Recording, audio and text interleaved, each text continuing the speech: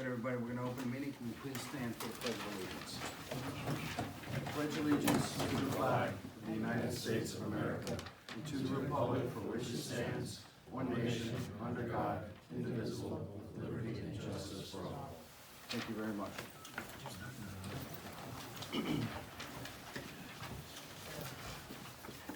Good evening and welcome to the March 3rd, 2025 meeting of the Zoning Board of Appeals, or ZBA. First, let me introduce the members of the ZBA present here this evening. Myself, Chairman Alan Donnelly. Our Vice Chairman, Mr. Carl Hinger, is with us. Our Secretary, Mr. Elijah Hewling, is with us. Regular Member Commissioner, Mr. Larry Rushmeyer, is with us. Regular Member Commissioner, Mr. Richard Briggs, is with us. Alternate Member Commissioner, Mr. Michael Barnes, is with us. And Alternate Member Commissioner, Mr. Liam Ania, is with us. Our very excellent zoning enforcement officer, Mr. Fran Lally, is with us, and our always wonderful, and I think perfect this time, recording secretary Cassandra Varian is with us this evening. Okay, the current agenda can be found here at the table or on the town website under board meetings. When we begin the public hearing, I will call each applicant one at a time. When I call the property address, please come forward, state your name and address for the record, and tell us about your appeal in detail. After, the secretary will read into the record any communications we received in favor or opposed to the application. The chair will then entertain questions of clarification from board members concerning the application. We will then hear from those who wish to speak in favor of the application, followed by those who are opposed. Following each set of the question, the applicant will be allowed to make concluding remarks. After we've gone through all the cases on the agenda tonight, we will close the public portion of the meeting and will deliberate an open executive session. You must have at least 4 affirmative votes to have your appeal granted. The final decision may be in the form of approved as submitted, approved with stipulations, or disapproved. All questions and comments must be directed through the chair. Please be assured that everyone will be given the opportunity to speak. However, the board is most interested in hearing factual information relative to the application, and in view of time constraints placed upon us, we ask your indulgence in not reiterating comments previously presented. You're welcome to stay until the end of the meeting or contact the land use office in the morning. Thank you. Okay, first thing on the agenda tonight is the review of the February 3rd, 2025 minutes. I'd like to take a motion to approve. So moved. Do I have a second? Second. Is there any discussion? I have very, very little. Any discussion? I think they're absolutely perfect. Great job. All those in favor say aye. Aye. Aye. Okay, review of correspondence minutes of boards and other commissions. Does anybody have anything on that? Anybody have anything on that? Okay, we're gonna go right into continued public hearings. Our first public hearing is 25 Deerfield Road. That is application number Z-25-3, and that is Neil Marcus for Scott G. and Deborah J. Taylor residence. And that is requirements vested 3.4.alpha.3.b, accessory structure in the front yard. The public hearing was tabled until today from the last meeting per the applicant's request. Will the applicant or the proponent for the applicant come forward, state your name and address for the record, and tell us about your appeal, sir. Yes, thank you, Mr. Chairman, members of the commission, members of the public. I'm Neil Marcus. Welcome to the Zoning Board of Appeals. Thank you. I'm a member of the firm Cohen Wolf PC at 158 Deer Hill Avenue, Danbury, and I'm here on behalf of the Taylors who have a house that's located at 25 Deerfield Road, which is the subject of the application. The reason that we need to ask for a variance is that the Taylors would like to construct a garage. They have a new boat, and they'd like to put the boat inside the garage and use that for storage of other lawn equipment as well. So this is a very standard proposed construction. The problem is that we have a unique lot by virtue of its location at the cul-de-sac at the end of the cul-de-sac on Deerfield. And the changes that have been made to the Brookfield zoning regulations over the years after this house was constructed. So if you have a copy of the application, and you go to the section which is the statement of hardship, I'm gonna walk through that very quickly, hopefully. But, so the house itself consists of a single-family residence, and it was constructed, to the best of our knowledge, in approximately 1995. So that's sort of our base date for where our issue starts to evolve in the zoning regs. It's on a almost 3-acre lot on the shores of Lake Wildona, and if you look at the site plan, you'll see that the house is on the easterly side, on the shores of the lake, and on the westerly side, there are other houses that are off of Deerfield Road. And on the south side, or actually the southwest corner, there's actually the front line of the property, which is the circle at the end of Deerfield Road, and that has a frontage of about 56.5 feet. So that's the front line of the property, and that's the issue that we have a problem with. The distance from Deerfield Road back into the interior of the lot where we propose to construct the garage is approximately 350 feet. So it's not as if the front yard is right up on the road. I mean, this is a right-of-way, I shouldn't say it's a right-of-way. It's a driveway on an access way, which is allowed as an interior lot under both the planning and the zoning regulations of the town at the time that this was approved. So the problem that we have is that, and again, if you looked at the house today, and you look at where the front entrance is, the front entrance is on the westerly side of the house. Because if you looked at this house, it's centered, almost in the middle of the lot. And the lot, with the exception of the access way, is a relatively rectangular lot. And again, keep in mind, we'll get into it in a minute, that the slope down to the lake itself is relatively steep. That's not unusual for properties along the Wildona. But the issue is that the zoning regulations don't allow you to construct in your front yard. So the front yard of the house is, of course, by the regulations, is the property line on the lot which is most parallel to the street serving the access road.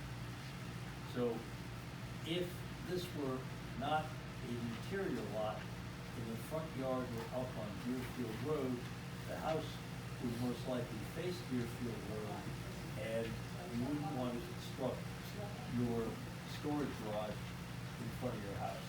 So the regulation was passed to avoid people putting garages or other structures in front of their houses so that it looks kind of odd if you're on the street and you see your accessory building in front of the house. That makes perfect sense. Quite honestly, it doesn't make any sense for an interior lot, because the interior lot really has a legal frontage on Deerfield, but the actual frontage of the house is facing, in this case, the westerly direction, and the rear portion of the house faces the lake, which is pretty standard for houses along Wildona and Candlewood. So the zoning regulation definition basically doesn't allow anything to be constructed in front of the house, which is, as I say, 250 feet back from the road. And the whole idea of avoiding the visual offense of putting the accessory structure in front of the house really doesn't apply here. Because if you're standing up on Deerfield Road, you really don't see anything that goes on in this lot. It's hidden. That's an interior lot. So the setback from the front yard would only be 50 feet. I mean, if this again were not an interior lot, as I say, the house would be somewhere 50 to 100 feet maybe back from Deerfield Road. Because it's an R100 certified. That's right, yeah, because of the zoning. But you certainly wouldn't expect the house necessarily to be hidden 350 feet back from road frontage. That's actually a pretty long driveway to start with. So that's the issue here. So even though the lot is a conventional, is an interior lot, it doesn't qualify as what I'll call a conventional lot that has normal frontage on the street. So if you go back to the history of zoning in Brookfield, section 242-401A5 was a similar regulation to what we're dealing with now, which is section 34A3B. So the old regulations had this issue, but it wasn't added, to my knowledge, and our research was a little limited, but it wasn't added until 2008. So it appears that the house was constructed as a pre-existing house in 95. The prohibition that we're dealing with now came in 2008. Now, would the prior owners of the house constructed the house differently if they realized that in the future, this whole area in front of their house, which they consider their side yard, can't be used because you can't put structures up there. So I'm not sure that they would have done it differently, because quite honestly, the way this house, this what lot is shaped and located, I don't think you can put the house any place other than where it currently exists.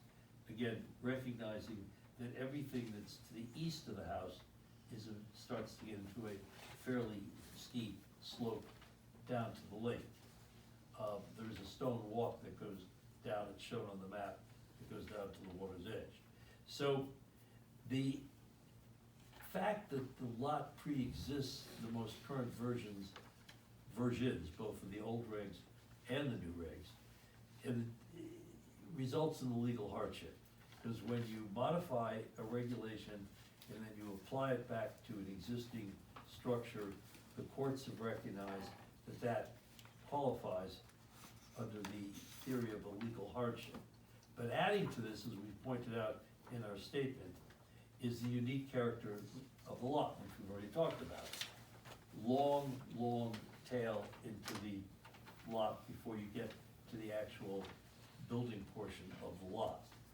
You'd like, sure, I can bring that up on a GIS if it helps you explain. If you need, or if you can follow me on the map, I mean, I can follow it. it's up to you guys if you need to, but, you know, I mean, the map that we submitted shows it. It basically, so you got that added problem of the grade to the water, which means that nothing can really be built behind the house, because the first thing I said to my client, would you consider sliding this building back? But it would have to go all the way behind the front wall of the house facing Deerfield Road. So you'd have to slide it back to where the stone retention wall is shown on the property.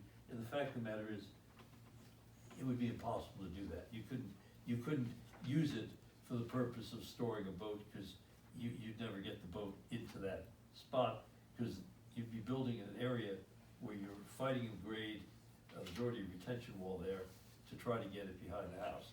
So if you look at this property, the other problem is if you go by the house, if you were to bring the driveway further around the front of the house and try to get over to the northern portion of the property, you're into the septic area.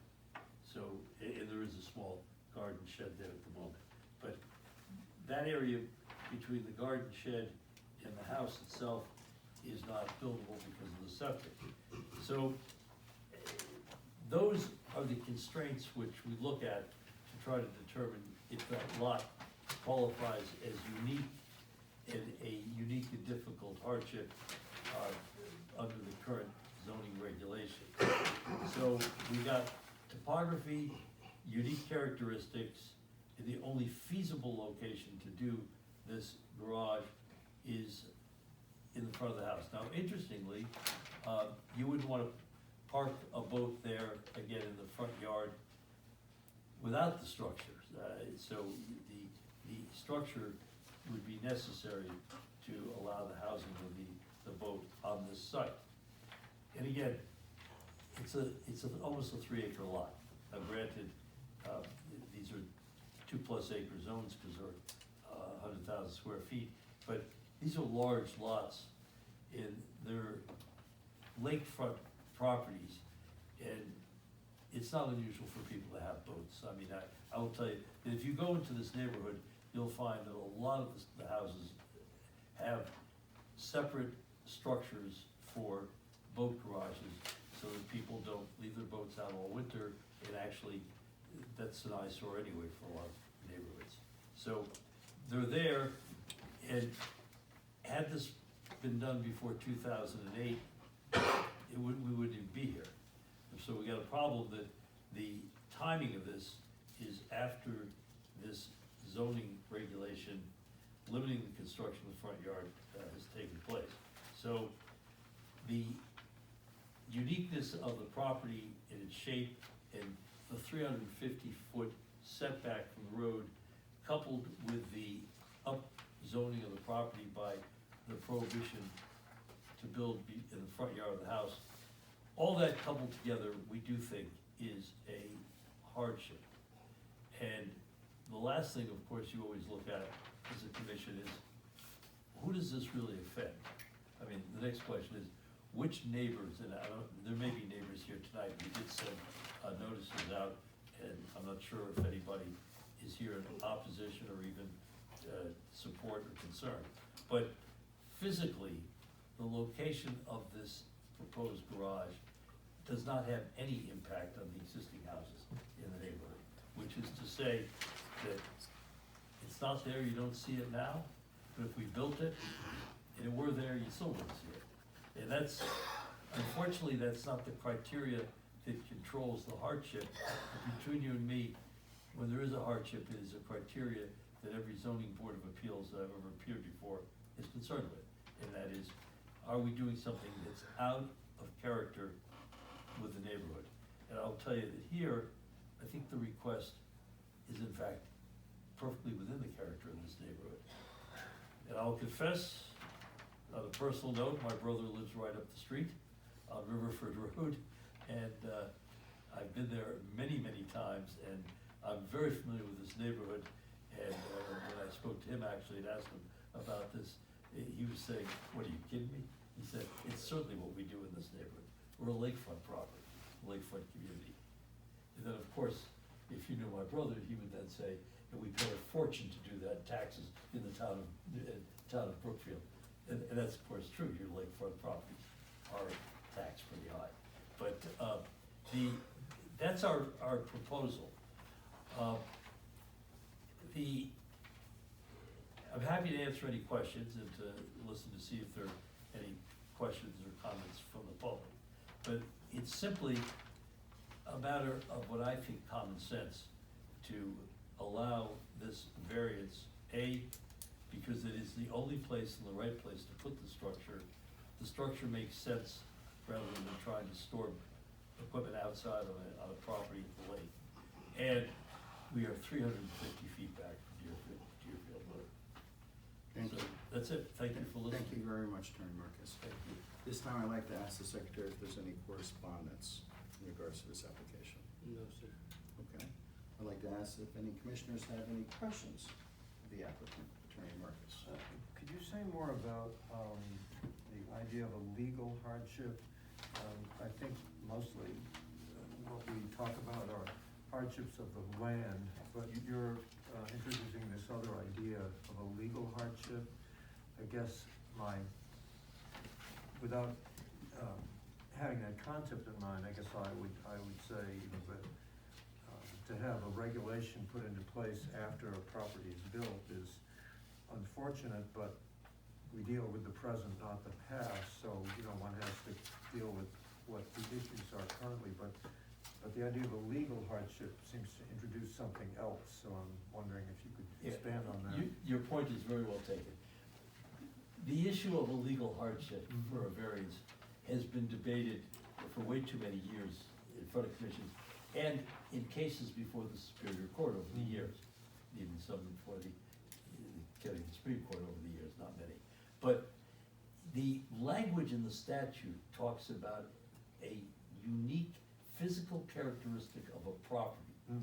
that creates an unusual hardship. Right. Okay, Yeah. so the first thing you say, well, is a building of a garage for a boat in this neighborhood out of line with the neighborhood? The answer is quite honestly no. I mean, you'd expect that. And if it were a different application, you'd say, is the building of a single-family residence here on a non-conforming lot that was made non-conforming because it used to be a half-acre zone and now it's a 1-acre zone? That's the traditional upzone. You'd say, oh no, I mean, everybody's got single-family houses in this neighborhood. And you'd probably say, and most of them were on half-acre lots because they were built before the new zone.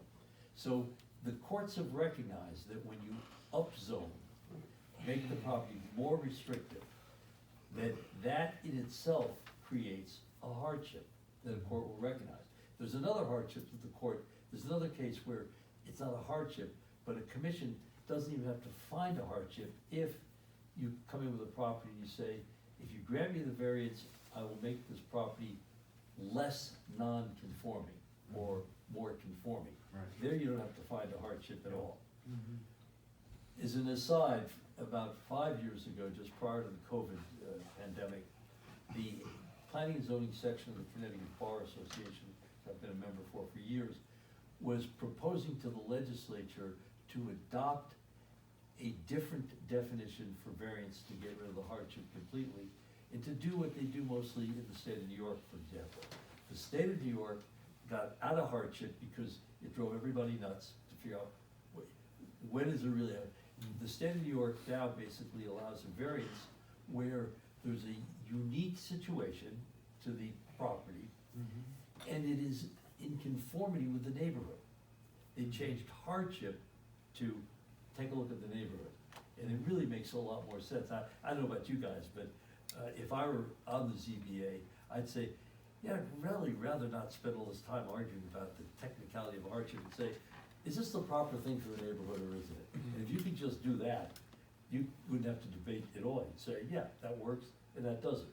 But that's, New York has gotten Right. a little more enlightened. So the- Connecticut has not So quite in that gotten there. context, I guess, unique replaces hardship of the land. I mean, Correct. It's a broader concept than finding a specific land feature that. Yeah, but I have to give you a hardship, because otherwise you're Yeah. gonna say, But what are you right. wasting my time for? But In that, it's- you've got slope, Right, you've got location, and you've got upzoning. right. And if you And roll the- those all up in. And the in- upzoning specifically, would qualify as a legal hardship. You're saying where there's an upzoning in an area that then prevents something from being done that might otherwise have been done. Yeah, now, however, not every upzone, because I know you follow, that's a good question, I hate to bore you with this. No, it's okay. My Follow. legal seminar, but think about it, if you had a neighborhood of allowed two-family homes, but they realized that most of the neighborhoods, single family, and they upzoned it, and they said, in this zone, only single-family homes. Then I would come in and say, but I pre-exist, and the hardship is that I'm now entitled to the old two-family. No, that's not the type of upzone that would qualify for a hardship, because in reality, you've always had the single-family, Right. use of the property. I see. So you can't go back Mhm. to the two-family before the zoning amendment. But where you're talking about issues of land size, and when you're talking about setbacks, and this is basically a setback, this is a front yard issue. Yeah.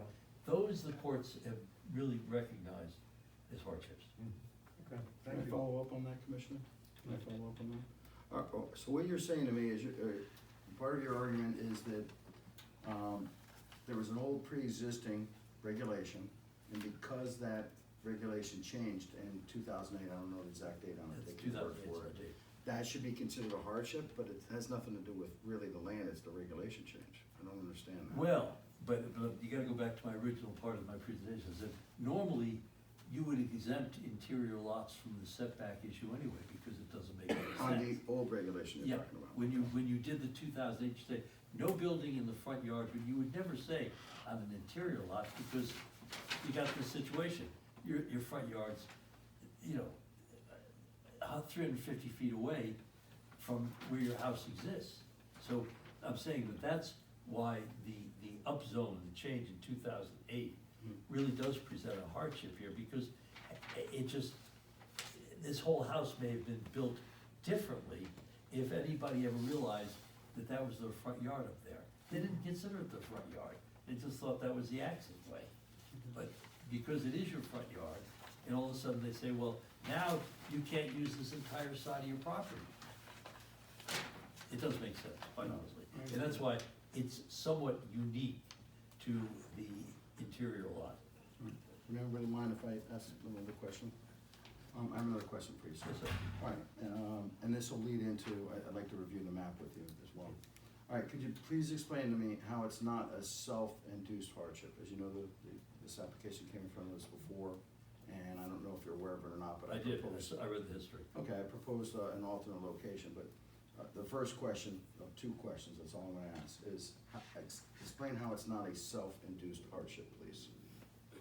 It's not a self-induced hardship because the house was built in 1995. So the people who bought this house bought it on a legal interior lot where the house was constructed in 95, which had an existing slope to the rear, a septic system on the other side, and basically, when it was built, did not have this prohibition on using basically, we'll call that the southwest side of the property. So it would be self-induced if those weren't the circumstances.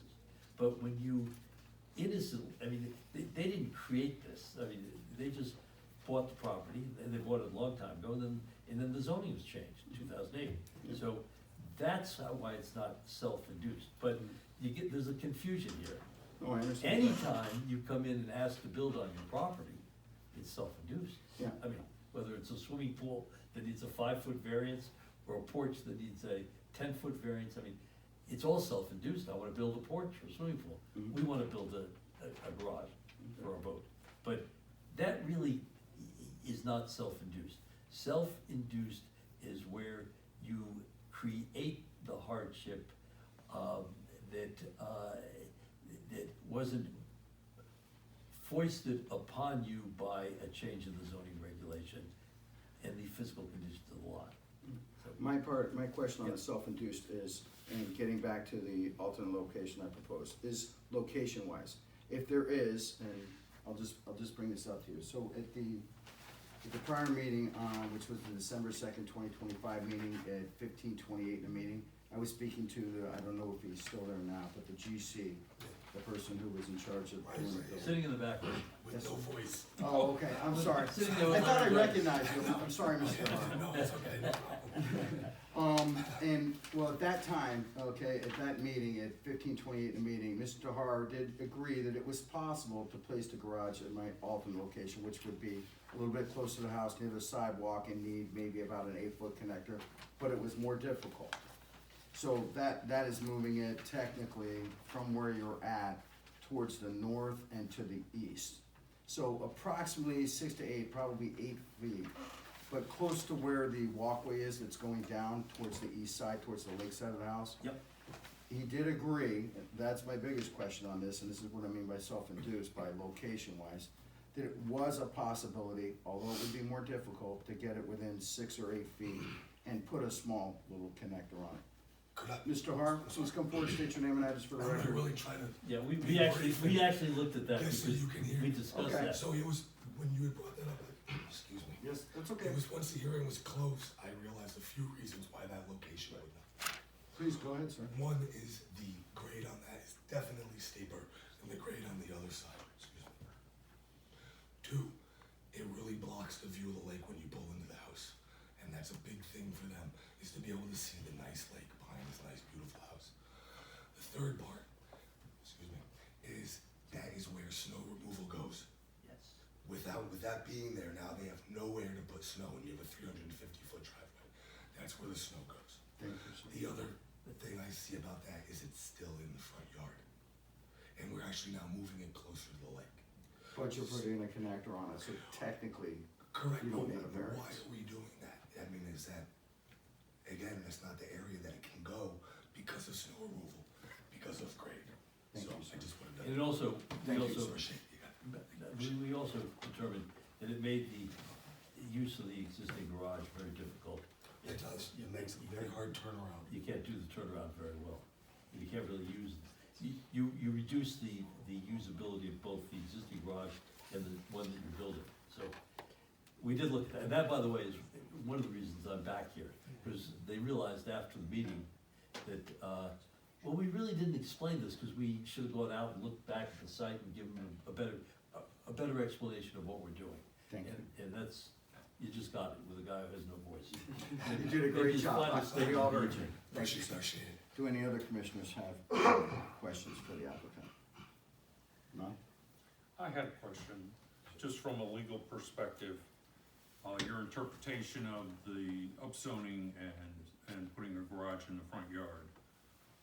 Why would we not be able to handle any garage in the front yard from now on if we were to take that approach? Well, first of all, Explain why this is unique and why we should consider a garage in the front yard. I'm with you. Okay. Because by the way, years ago, I had another application, it was a much different pattern back then than Brookfield. And we had a structure in the front yard, but it was a perfectly rectangular site on the street with it was flat. I mean, and all the things that make this unique didn't apply there. And I asked for it, and the commission turned me down, and I didn't even say nasty things. I could understand why you turned me, not you, but the commission turned me down. But here, you're not setting a precedent, because A, there's no precedent for ZBA. Every application sits on its own Right. merits.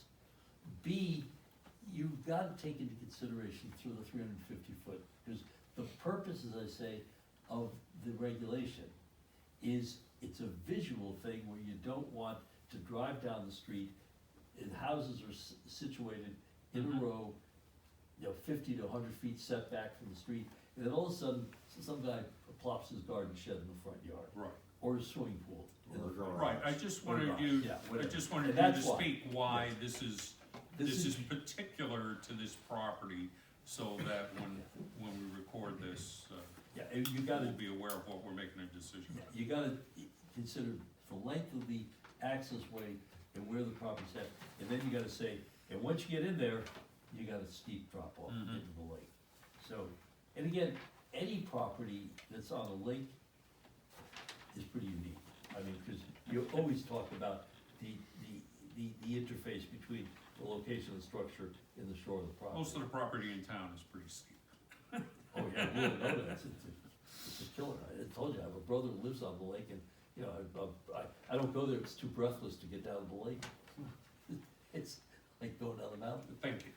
One of the problems I have, or not problems, but I struggle with this issue of self-induced, and so for me, if somebody buys a property with given features and given zoning regulations, and that person has a boat, and they intend to build a storage facility for the boat, and that's part of their plan, but they buy a property that doesn't permit the building of a shed for a boat in the first place, isn't that self-induced, rather than buying a property that would actually fit within which you could do what you wanna do and comply with the zoning regulations?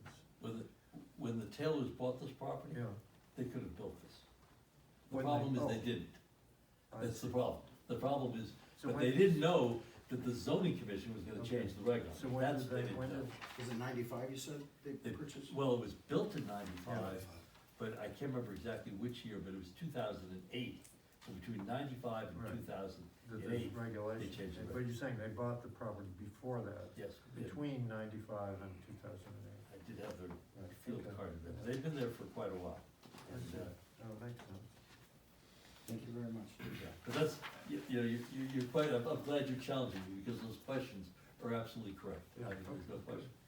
Is there any further questions for the applicant? Yes. Could it be stipulated again that, that if, you know, if there was to be a variance granted on this, that area is only used for garage and not for any other kind of accessory structure? Yeah, you're thinking, I think you made a possible stipulation. Yeah, you're thinking the same thing on that, absolutely. And And by the way, can I answer that for you? Yeah. Oftentimes, when you grant a variance, it's per the map that's submitted. And we're showing a proposed 40 by 32 foot garage. So it's not gonna be a guest house or a greenhouse or Or whatever else. you apartment might or word it. something like Yeah. that. So your point's well taken. As long as you say per plan submitted, you're covered. So Attorney Marcus, you would be okay with a stipulation like that, or I don't know what everybody's gonna do, but whether it were we to approve, you'd be I okay would with say that that, stipulation? I'd expect you to say per plan submitted. Yeah. By the way, that's stock, Fred, stock language in Danbury. Not any variance is ever granted without the phrase attached, per plan submitted. And where I've had changes in the plans after the variance, because all of a sudden, we realized that the garage really shouldn't be 40 by 32, it should be 40 by 30. We have to go back in and change the variance, because it was per plan submitted. So that's what, yeah, see, again, you're spot on by doing that. Thank you very much, sir. Anything else? Okay. At this time, I'd like to ask if there's anyone here that would like to speak in favor of this application. Hearing none, at this time, I'd like to ask if there's anyone here that would like to speak in opposition to this application. Hearing none. Attorney Marcus, you have the final concluding remarks, sir. Hard to rebut the opposition tonight, but I won't. I'm just gonna say, hopefully you understand why we're doing it, and I do know that we're coming in, as I say, I'm coming in behind the eight ball, because there was a denial, but when we talked, both with the owner and with the contractor, we realized that we weren't sure that you got a full sense of all of the issues, which is to say, I'm now bragging about my own self-importance, which I don't wanna do, but they didn't recognize some of the issues when they came before you the last time. I think- didn't realize some of Yeah. the legal process too. Thanks for coming back in. I hope So, your voice gets better. we're here to correct the errors, I think, from the last application, and we appreciate if you give that consideration. Thank you. Thank you very much, sir. This time I'd like to take a motion to close, let me get the Z number. Z-25-3, please. Do I have a second? Second. All those in favor say aye. Aye. Okay. Moving on to our second application. And our second application that's in public hearings is 20 Southeast Trail, that is application Z-25-5. Trying not to mess up the first name. Mujat Peaker Residence, 20 Southeast Trail, Brookfield, Connecticut. And that is to build a garage, 40 by 26, is that correct, sir? Okay, and that is regulation 3.5. Required dimension is 50 feet. Proposed dimension is 29 feet 9 inches. Variance requested is 30 feet. I do have a slight question on that. And that's Article 3.5. Please go forward, state your name and address for the record. Tell us about your appeal in detail, sir. Mujat Peaker, 20 Southeast Trail. Welcome to the zoning board of appeals, sir. Thanks for having me. Tonight I'm making some time for my variance here. Alright, let's see where we're at.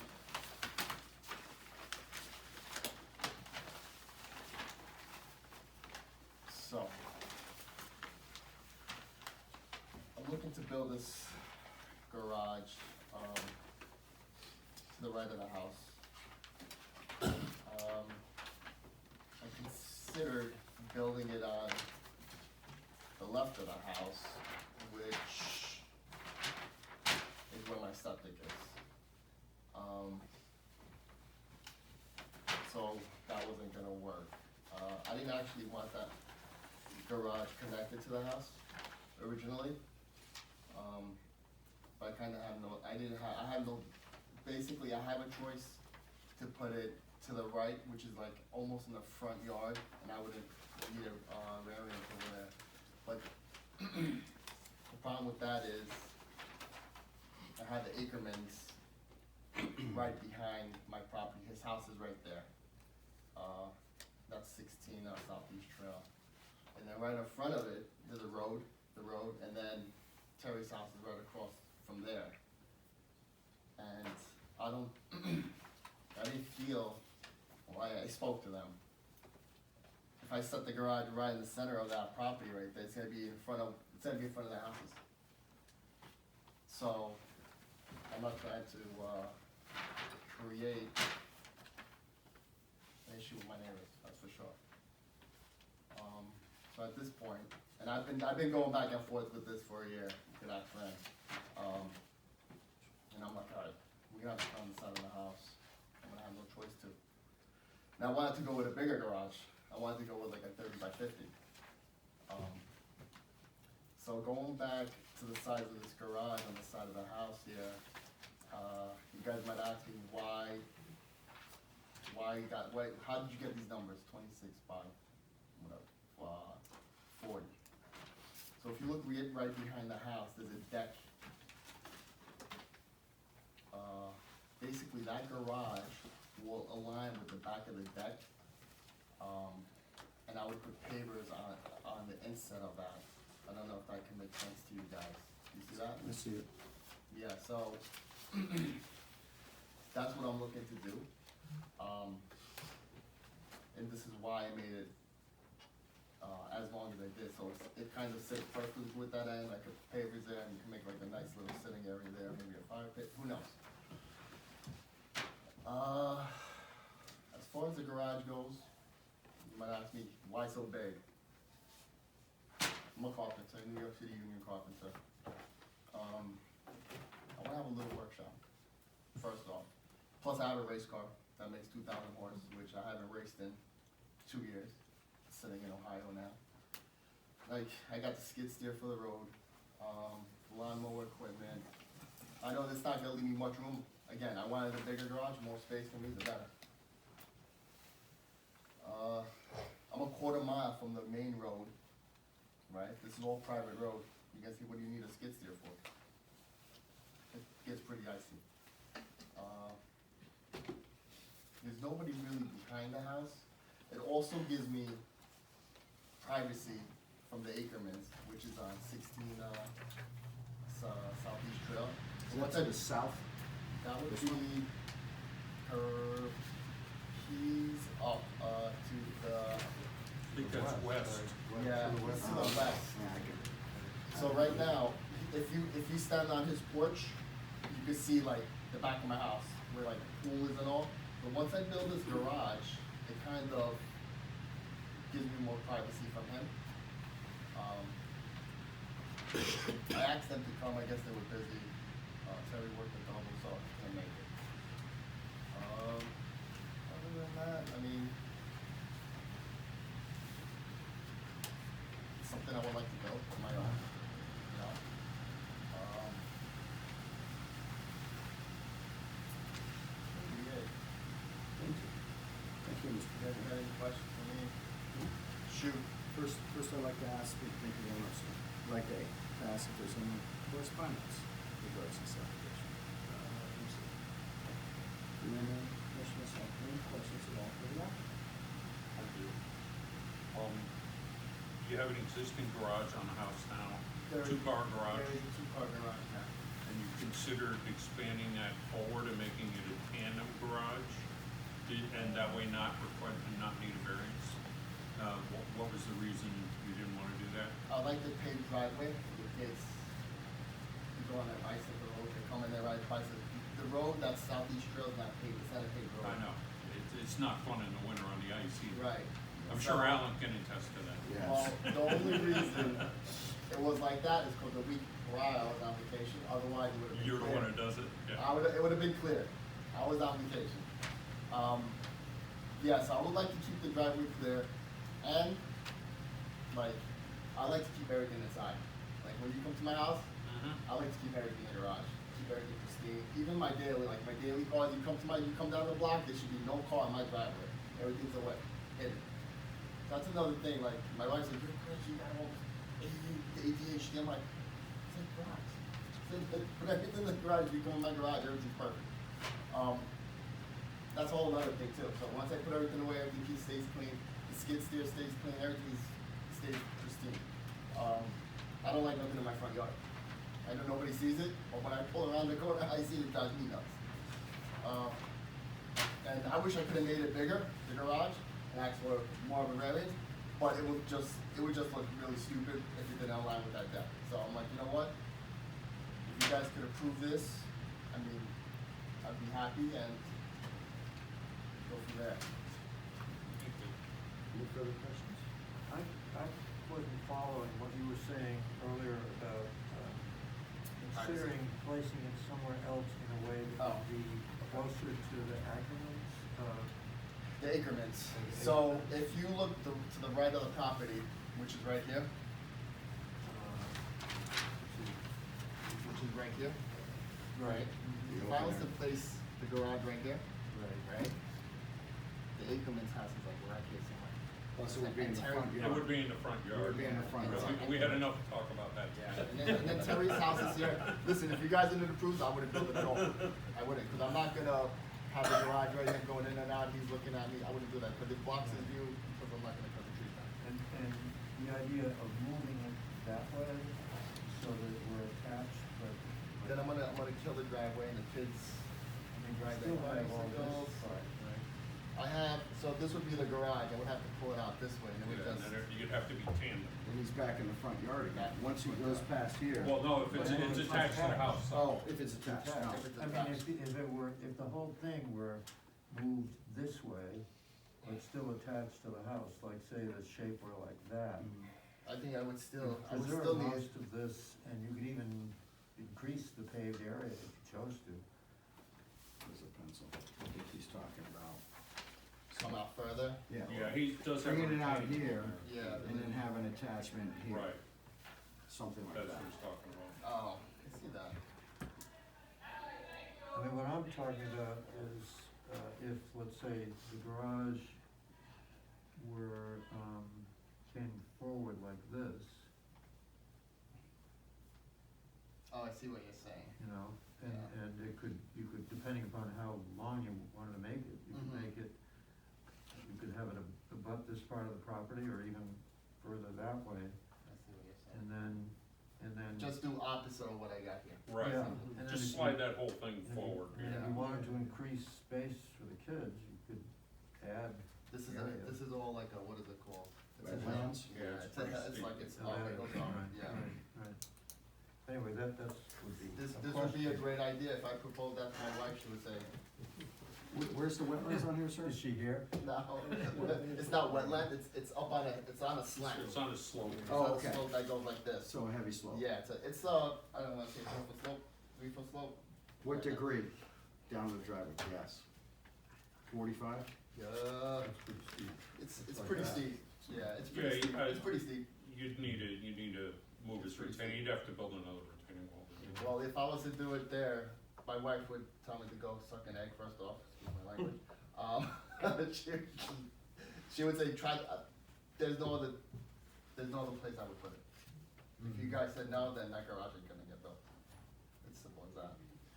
Yeah, cause I'm not putting it here, cause of these two, right? And then it's like, alright, That's not in your gonna front happen. yard. Board in your yeah, it's not gonna happen. It won't happen. Dangerous place. Yeah, I'm not trying to piss anybody off, right? Especially the wife. Right, and then my neighbors, they're really good to me, I'm not gonna do that. Any further questions? Okay. All right, I don't think anybody's further questions. All right, at this time, I'd like to ask if there's anyone here that would like to speak in favor of the application. Hearing none. At this time, I'd like to ask if there's anyone here that would like to speak in opposition to this application. Hearing none. Speaker, you have the final concluding remarks, sir.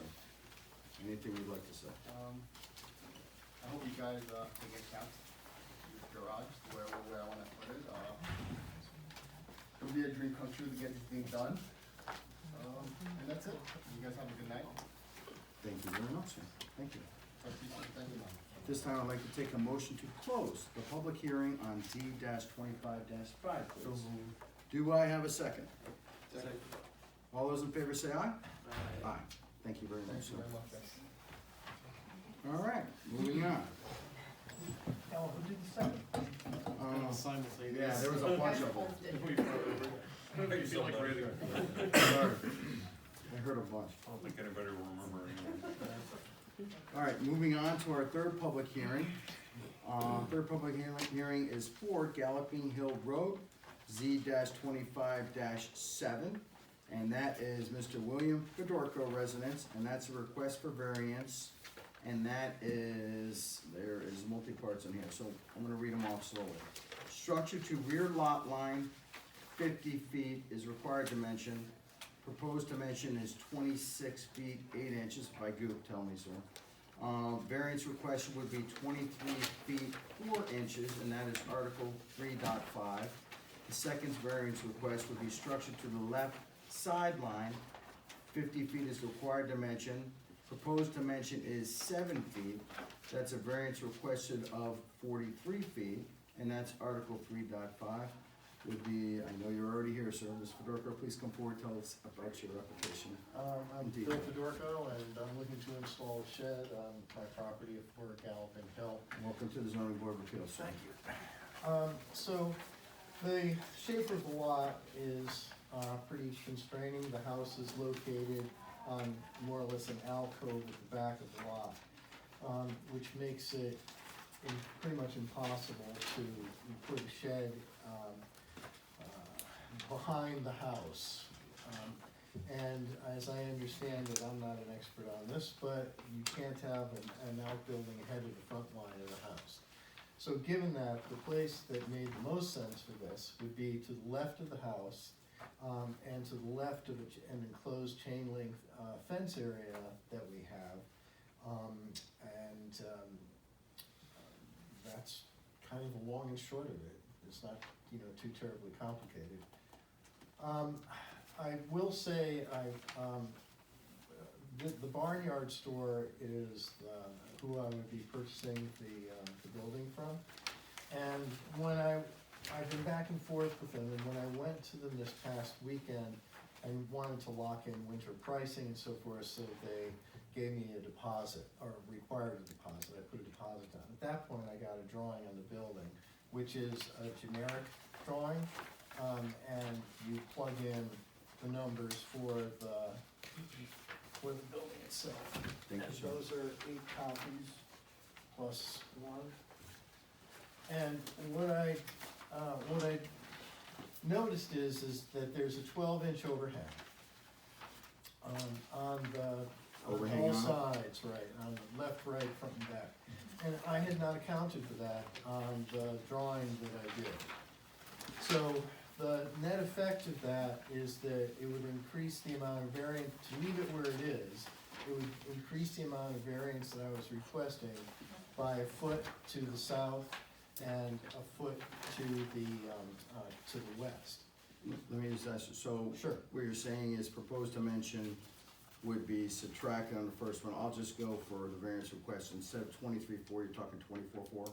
Yeah, And then on the structure to the left sideline, instead of talking 43, you're talking 44? and it would be, so it would be 6 feet on that side and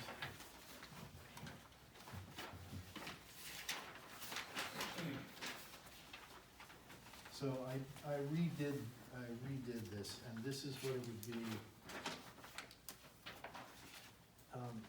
This is the outline of the overhang that goes around. So to the building proper, it would be 7 feet and an eighth. To the overhang, it would be 5 foot 11 3/8. So a little over, foot and an inch there. Yeah. All right, so- And, I did do a new, page on that, if that helps you. That does help. We'll all have to look at this here. You impress And us I've with got 8 copies for every, that one. So on the structure to the left sideline, I just wanna make sure we have all the dimensions correct here. yeah, Instead of that 7, you're talking 8 feet and an eighth, so you're talking, no, that's not proposed, sorry. Yeah, 5'11", okay, 5'11". mm-hmm. Are you gonna put gutters on it? I wasn't planning on it. Cause they would have to be in the variance, that would make it 6 inches more. Well, I'm new to this, so, but no, on a shed, I wasn't thinking would have a need for gutters. It is a barnyard, store, they will come up and do the site prep on it, and it'll be on gravel, so, I don't think I'm worried about gutters. Yeah, let's follow on it. What's 44 and 11? Yeah, 44, okay, thanks. 4 feet, 11, And here's more copies if you need them. 24, 6 inches. Okay, please continue, I'm sorry, sir. Yep. Just wanna make sure we have the right numbers. No, yeah, I think at this point you do. And so the purpose of the shed, I have a steep grade in the front of the house. I finally have a mower that will do it, but it's a 4-wheel drive diesel, mower to do it, and I don't wanna keep it outside. We can't get our cars into the garage. Part of the rationale for placing the shed where it is it's adjacent to the driveway. So in the wintertime, the snow blower is available and so forth, and I can get right onto the driveway with it rather than keeping it in the garage, and actually keep cars in the garage for a change, which would be nice. I'm also having the driveway redone, after presupposing that you guys approve this.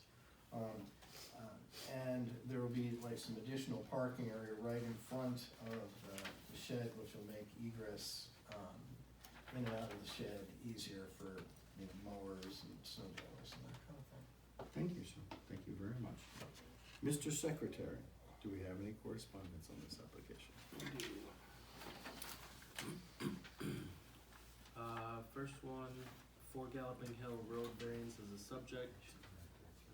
We are in receipt of a letter from Mr. W. Fedorko concerning an application for a variance at the above address for installation of a shed. We would like to inform you that as neighbors, we have no objection to the above variance being granted.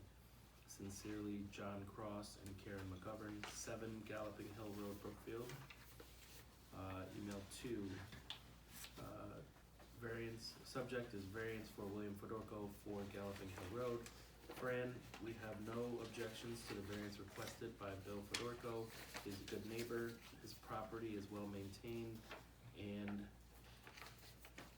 we see no reason not to add a nice shed to the property. We can all use more storage space. Regards, Carol and Bob Zinzer, 49 Obtuse Road South.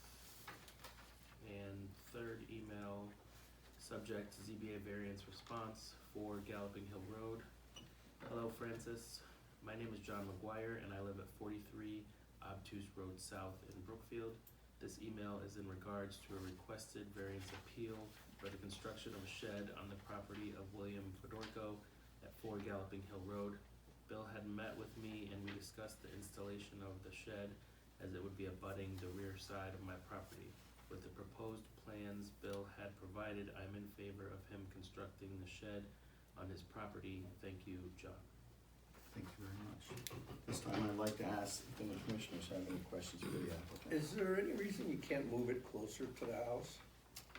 Well, the backyard is even though it's not quite 2 acre lot, 1.89 acre lot, the backyard is actually quite small.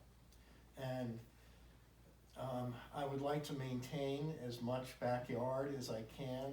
That space to the left of the chain link fence there The is north. essentially, I think that's the north. According to this, right, that's the north? that is the north, right. The north, okay. Yeah. Sure. That space is kind of dead space, and doesn't get much use to it. So, it seemed like it would be the most logical place to put it.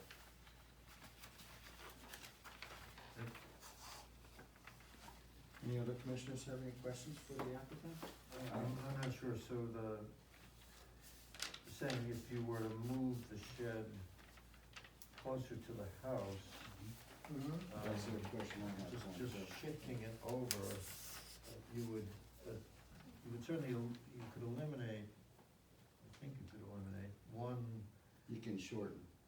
one variance request to one. I don't know.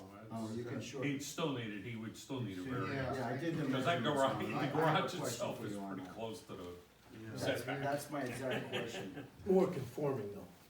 That makes It is sense. conforming. Can I follow, you mind if I follow up on your question? No, go ahead. Okay, I have the exact same question with him, thank you Mhm. very much for allowing me to go out and look at the property. All right, you have to understand, if we grant a variance according to law, because it stays with the land in perpetuity, Mhm. if we do, I don't know what everybody's gonna do, but it has to be the smallest variance possible. You know, if you find that there is a variance that you can grant, so it's supposed to be the smallest, because it stays there forever. My question to you is this, and I did happen to do some measuring out there, thank you very much, it was a little icy, but I appreciate it. Yes, I recall. So my idea was this, and you tell me if it's property, I'm gonna give you the numbers I had before your foot that you added on. Yeah, yeah. So your shed is 16 by 22. So if you moved it to the right, approximately 24 feet, okay? Because that's exactly what I measured, and we were talking just before this corner comes in. So if you moved it to the right, keep it exactly the direction it's in, so you move it to the north, 24 feet. And I know this one is exact to the 1 in 30 scale, right? Yes. My scale came up with, we would only need a 20-foot variance, so it would drop that 43 down to a 20. Drops a little bit on the top one from 23, 4 inches to 22. But it would shrink the variance, and it would just, all you're basically doing is you're moving it to the right. So it would be, you still have the shed, still the same size, but it would be a much smaller variance. We're cutting, we're cutting off quite a bit Can on we the variance side. Call it the. Sure. the GIS. You want GIS? Yeah. Absolutely. I could do that. 1 second. Or rather, the Google map, would be better. Okay, actually. we'll do Google Map. You got it, sir. Forget about the TV now. It comes up. Alright, you want Google Maps? Yeah, just cause it Jeez. shows the, trees and so forth. Fort Gallup. Alright. I think I pulled you up before. Let's see. Yeah. Let's see if it With a saves little it. luck, it should be the last one that was there. Let's see if it saved it. Come on, Google. Come on, Google. Doesn't like me. We can go to it on this too. Just a minute. Let's go to Google Earth.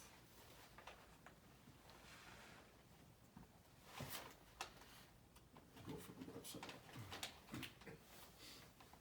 I'll get you. I'll pull it up for you, sir. Come on, man.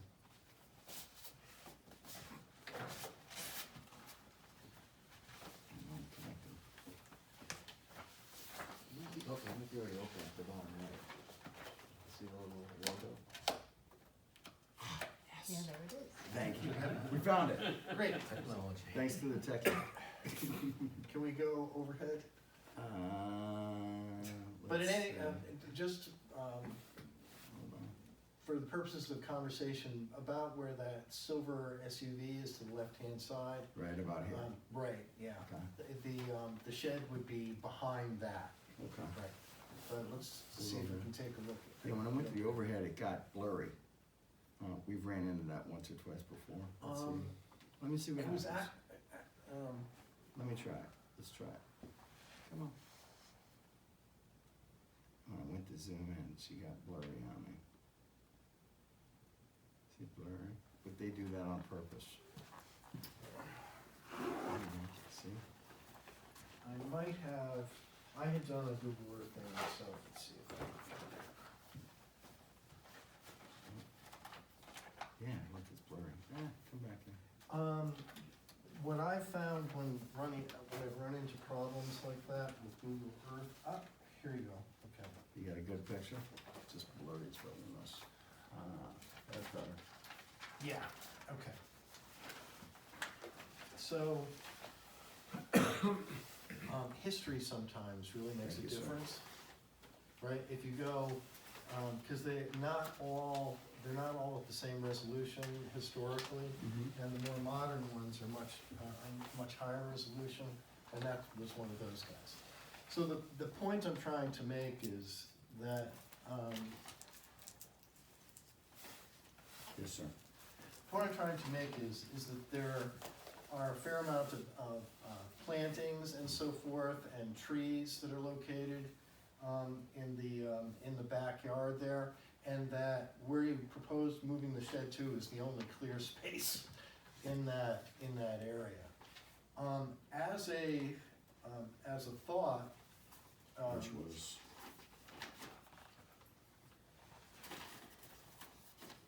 right here. This was just my idea. no, That's how I got yeah. the moving it 24 feet to the right, so it saves a little. Right, and like where there's trees here, Mhm. there's plantings here and so forth, there's a big magnolia here. Mhm. This is the actual. Did I draw these trees in yard. right here? This is all tree line. Yes, it is, it's a bunch of forsythia, Mhm. between. On the my- south side. On the Hardin side of the lot. And then Yeah. approximately, I just drew, you see my pencil mark all the way around here, basically Yeah. around from the upper part of the driveway, it's pretty level. I mean, you could putt golf, I think, in the backyard there, it's pretty level. Well, yes, it's pretty level, Okay, yeah, thank you, sir, and that's the well right there. that is the well, Okay, yeah. all right. So it's not your preferred location, but is it possible to move it a little bit and shrink the variance? Well, what I had, well, I don't know whether this is enough to, to satisfy the requirements here, but when I found out about the overhang, I also reworked it, shifting the building over another foot, to the Oh, to north, even it out. right? So that I would keep that 7 feet between the overhang and the property line. The other. On the south side. On the south side. The other option would be to shift it both a foot to the south Mhm. and a foot to the, a foot to the east and a foot to the north, right? So basically, it just kind of moves it down diagonally a foot each way. All right, and one more time, so what exactly is wrong with basically moving it? Forget about the foot you took into consideration now, but from where the original plan is, 24 feet to the north, in that flat area, it's just, I would use effectively the backyard, like the open area of the backyard. That would be my consideration. okay. If there were a stipulation or something on that, would you be okay with it, or not? You can, let's say it's I don't know what What would the everybody's gonna do. stipulation be? They might say, hey, you know what, instead of a 30-foot proposed dimension, there's a 20-foot variance request. Or 43, instead of 43 on the left-hand side, it'd be 20 feet on the left-hand side. Basically moving it to where I roughly had an idea, to the north. So reducing, and the biggest reduction would be in the structure to the left sideline. Right. So I'm going by the original numbers, and they Uh-huh. took into consideration the other foot. Yeah, But the variance requested was 43 feet, it's a pretty large variance. understood. And it would drop it down to 20 feet, there'd be a little more distance on this left-hand side. Well, my neighbor Rick Harden to the south, right, had applied for a zoning variance a year or two ago to put a building in on his property, and it was approximately located, a mirror image of like what I wanna do on my property. I think his was a little larger and it would be office space up above. I was fine with that, and came to the meeting, so I've been here once before, and that was approved. So there is, in this particular location, I'm just offering up that there has been a little bit of a precedent for that. What I'm thinking is, Where is that structure? Oh, it doesn't exist, he didn't Oh. end up building it, Oh, I but this see. is his driveway here. Right, right. And where that building would get gotten built is somewhere in here, I don't know exactly. Right. It was a couple of Where's years the ago. property line exactly? I mean, you gotta go. Yeah, it runs like through the Fourth Cynthia right. and kind of like that. And what am I looking at? What is That's that? the top of my trailer Oh, that okay. I will be able to put the contents of it in the shed, which would be a Right. wonderful thing. And this is, There was, I had applied for, a building permit to put a loft in the garage, and, this was a dumpster that was parked outside when that, Right, I see. when that right. particular shot was taken. Right. But it was the clearest shot historically that I Yeah. could find. Good, okay, thank you. But the reason for not putting the shed here is simply because you're gonna lose A a lot bunch of your of the yard. backyard. Yeah, Right. yeah. Even if you put the front of it close to the driveway edge here. I think Alan? was Yes, it? sir. I think where Alan was. You know, proposing- like I'm thinking right here, 20 feet, I think it would where move Alan was 24 talking- feet. he's was talking, towards he's the talking hill. about He's moving it over saying- that way, I understand that. Right. But I'm Oh, saying the okay. reason not to put it No, it's- here is simply because you're gonna lose too much of your backyard. Yeah, actually, it's a resale thing. One of the things that we had to get over when we bought the property to begin with, was the fact that it was set so far back. But the chain link fence was a real advantage, cause it allows us to contain our, dogs. You know, we have a couple of rescues, in there.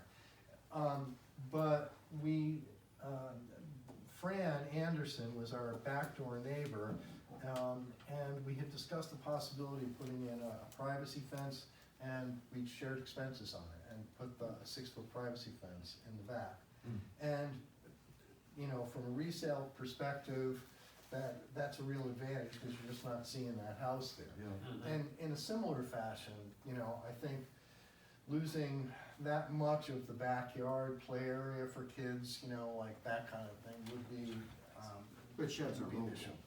deletable, not moving into a variance setback, but it could be moved somewhere else if they wanted. But This is, I had asked Barnyard whether they could move it for me, you know, I don't know why, but I just asked them. And they said, they won't move it, but you could conceivably hire a house mover, you know, to do it. It's on the big side, 22 by 16, it's not a small. Why would you do Shed. that? They construct it Well, you meant there, if they somebody construct it moved on into the site. house and said, oh, well, I don't want your house because not a I lost prefab. that part of the backyard. Well, it's a kind of a combination.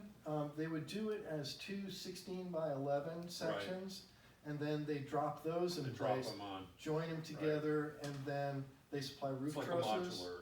And then the roof trusses go in, and then the roof goes on. So it's a little bit of a hybrid. I have another follow-up question for you, sir, if you're done. Okay, so getting back to my first statement, when we grant a variance, it's with the land of perpetuity, so it's not really concerned even if the neighbors like and everything, we have to think about 20, 30, 50 plus years down the road. I So, can appreciate that. You know, maybe a neighbor moves in next door and like, you know, why is that shed so close? We have to take those things into consideration, so. Well, also act as a bit of more of a privacy screen between the two properties. When you look at where, I'm not, this isn't a great shot of that. Maybe this is better. This is better. Okay. So this is Rick's house here, and this is my house. And where we're talking about the shed is basically where that trailer is, right? Oh, it's back, yeah, I thought those trees went back a little bit farther, but that's my little thoughts, actually. Yeah. Like So- the trees are shrubbery, I thought it went Yeah. back pretty far then. Um, Now, I'm talking about now, that's an Now, older right. picture, right? But it will act as a privacy screen between the two properties, which I think might actually be an advantage. Last question, I promise. Sure. Just explain the exact hardships of the land in detail, if you could, sir. Well, with the 50-foot setback requirements, left, right, and rear, and given the location of the house on the property, it's I got your pretty separate much. fields on this one. if it Yeah, helps. it's pretty much impossible to put a shed, you know, anywhere else and have it accessible to the driveway and so forth. So, you know, anywhere in this area, it's a variance to do it. Yeah, front yard. Yeah. And I learned a lot more about that tonight. Thank you, sir. Thank you Okay. very much. Is this line the privacy fence? Yes, yeah, yep, The yep. chain link fence is. Chain link fence is, chain link fence goes like this, runs right alongside this trailer, and then it stops before the before the privacy fence. But with doing this, I'll extend this out, and then but now it runs back across like this, and then picks up the corner of the house. That answers your question. I just need a copy of the one with you know, the newer numbers you gave us. Oh, sure, there's two copies there plus the. This is the one. I'm just gonna take the one. Thank you. Whatever, You know, just a quick question, clarification on this new one. I think it's just a typo, but you have 511 here and 4411 here, and I think it's supposed to be 511 and 441. So add up to 50. you know, you are correct, sir. I wanted to make sure I knew one of them was supposed to be 11 and the other one was supposed to be 11. That's not. Just want to make sure it's. That's a I'm gonna pencil cross that note. off, cause I wrote 4411. Okay. That's a pencil note, not a typo. 3, 4, 3, 1 inch. Thank you, Mr. President. And the upper one, 24, 6 inches. All right. Is there any final questions? Anybody have any questions or follow-ups? Okay. Last, before we close the public hearing. You still have to do the in favor and opposition. Yeah, I'm gonna do that. Okay, Just just- one more question. yeah. So, getting back, the idea that I had of reducing the variance, moving it to the left, you would not be good with that, or Well, I would, the minimal, going from 30 to 20, you know what I mean? Proposed variance, or sorry, from 43 feet to 20, so it's 23 feet less on the that I other don't side. think, that as a practical matter, for the reasons I said, I don't think would work. I'd have Thank to you, sir. take that under consideration and look at it more seriously, but. Thank you very much. Thank you very much. At this time, I'd like to ask if there's anyone here that would like to speak in favor of this application. Yes, sir. State your name and address for the record. Robert Zinzer, I'm 49 Obtuse Road South. My property abuts. Welcome to the zoning board of appeals. Comment would be read in, but I'm in favor of it because, first of all, his property is always very neat. There's nothing extraneous about it. Takes good care of it. And where he wants to put, I know the shape of the property, and I think where he wants to put it is very viable, so I would be in favor of it. Thank you, sir. Thank you very much. At this time, I'd like to ask if there's anyone else that would like to speak in favor of this application. Hearing none. At this time, I'd like to ask if there's anyone here that would like to speak in opposition to this application. Hearing none. Sir, you have the final concluding remarks. You can say. Well, whatever thank you you'd very like to much say. for hearing me out on this. I realize I may be pushing the envelope a bit, but hopefully as I've explained the circumstances here, please keep in mind the fact that there was a variance granted for my neighbor to the south, and what I'm proposing is kind of a mirror image of that. Thank you very much, sir. Thank you Okay. very much. All right, at this time, I'd like to take a motion to close the public hearing on Z-25-7, please. So moved. Do I have a second? All those in favor say aye. Aye. All right, so I'll explain what we're gonna do now. We're gonna go into what's called closed deliberations. We basically discuss the applications amongst ourselves. We're gonna most likely come to a decision tonight. You're welcome to stay until the end of the meeting, find out the decision, or you can go to the land use office or call Mr. Lawley in the morning, and he'll be happy to fill you in, so. We ask everybody, just please don't chime in or talk. Thank you very much. How long do your deliberations usually last approximately? 5 hours? It depends, sir, I can't really give you an No, exact. I can appreciate that. Some are quick and some take a little bit longer. Okay, Thanks, Bob. all right. Thank you, Bob, sir. thank you very much. Okay, let's go back. I'd like to make a motion for a 5-minute bathroom break. Yeah. Yeah, we have to. Do I have a second? All those in favor for a 5-minute break? Say aye. Aye. It's 8:20 now, we'll be back at 8:25. Thank you. Steve, we have to take a restroom break. I was gonna try and second myself, but I don't think that's my place. Made the motion, was that? Which one? On this last The one? last one? This last one. Yeah, Richard made it. Oh, Richard made the motion. thank you. Yeah, let's go. We wanna take a break, now's the time. We got 4.5 minutes left. That's number 2.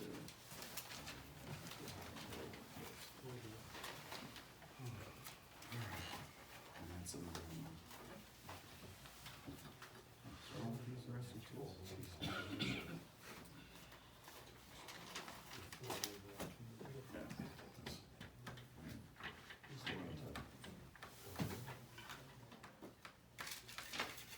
Help yourself if you guys want some. Be right back. 8:20. All right, I'll hustle.